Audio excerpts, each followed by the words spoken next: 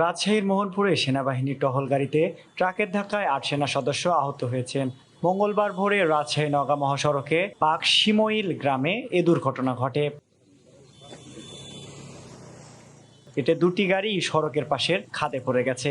মোহনপুর থানার ওসি আতাউর রহমান এসব তথ্য নিশ্চিত করেছেন। ওসি আতাউর রহমান জানান, মঙ্গলবার ভোর ৫টার দিকে মোহনপুর মডেল টাউনের পাশে সেনাবাহিনীর একটি টহল গাড়িকে পেছন থেকে ট্রাক ধাক্কা দেয়। এ সময় নিয়ন্ত্রণ হারিয়ে সেনাবাহিনীর টহল গাড়ি ও ট্রাক উভয়ই পাশের খাদে পড়ে যায়। এতে গাড়িতে থাকা ৮ সেনা সদস্য আহত হন। ওসি আরও জানান, দুর্ঘটনায় পিকআপে থাকা ৮ সেনা সদস্য ও ট্রাকের হেলপার আহত হয়েছেন।